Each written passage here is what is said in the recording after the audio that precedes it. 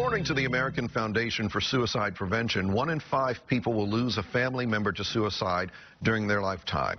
It's a startling statistic. In an effort to reduce the number of suicides in our community, the American Foundation for Suicide Prevention is organizing a walk for this weekend. Joining us now with more information about this are Peggy DiVincenzo, the president of the American Foundation for Suicide Prevention, and board chair for the organization, Steve Iceland. Thank you both for coming in. We do appreciate it. Good morning. This is it is a tough subject, and that's one of the things that you all want to bring attention to, the fact that those who have known someone who committed suicide or had a family member who committed suicide, it's sometimes tough to talk about it. But I guess what the message is that you want to get out is that it needs to be talked about to some extent. That helps get people where they need to be in terms of seeking treatment and the like. Can you talk a little bit about that? Yes, absolutely. There is still so much stigma that surrounds both suicidal feelings and mental health issues. That's one of the reasons that we are really in existence, is to work on that stigma and also to allow people to feel free to go get the help to prevent suicides. Why do we think that is? I know in some of your literature you liken it to, you know, in the early 80s or the mid-80s, people didn't really like to talk about AIDS. It was kind of swept under the rug for a time. Why is it like that when it comes to suicide and mental health issues? I think there's just a long-standing sort of belief that somehow you're a weak person, or you have some kind of functional deficit or something if you end up with a mental illness, and that's simply not true. We now know that most mental illnesses are really brain disorders, and people really do suffer, but other people also don't know how to handle it, so they may end up pulling away from it instead of moving toward the person and trying to help them.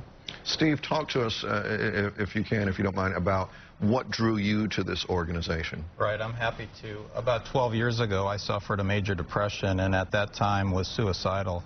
Had some pretty constant thoughts about ending my life, and it was a painful experience, but luckily I got treatment and help, and actually I feel I'm stronger today than ever. I take medication daily to help with my depression and manage that quite well.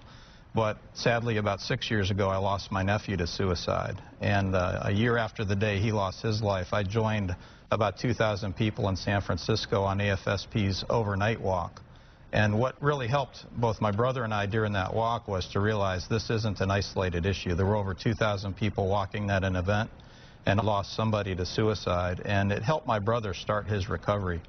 And then about a year later, I noticed an ad in a local paper about an AFSP walk at Fairfax County out at Burklake Park, and I volunteered to help, and it snowballed from there. We've done 5 walks now in Fairfax County, and our walk tomorrow in D.C. is also the 5th annual walk. This, one of the reasons I wanted to get you all in here to talk about this, it's an important issue. And, you know, I have experienced it firsthand. I lost, and something that I don't talk about, it's difficult, but I lost my father to suicide almost 20 years ago. And it's painful to talk about, but you're right. Sometimes you don't know how others will react to that. The goal of the walk is to give people increased awareness about the mental health aspect of it, but also to give some people who may be depressed or what have you some hope as well, correct? Absolutely. Tell me about the event that's taking place in Washington tomorrow. Right. Tomorrow the walk will start at the Sylvan Theater on the National Mall. As of last night, we had over 700 people signed up, which is about twice the number of last year. So I think we're getting awareness in the community.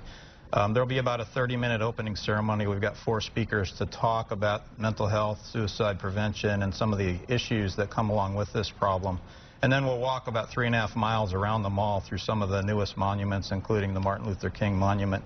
At the end, we'll have a short closing ceremony where folks can kind of remember the loved ones that they've lost. So it's going to be a good day. And it is a way to honor those that we may have lost. Absolutely. And I think there's a little bit of a healing aspect that comes from participation. It's a positive thing people can do to help others. So. Well, we thank you both for coming in and talking about it. Thank you for sharing your story, and hopefully it'll make it easier for others, including myself, to deal with these issues. We do want to mention that the walk takes place rain or shine. I know the forecast is not great for tomorrow, but hopefully it'll clear up a little bit in time for the walk. There's the information.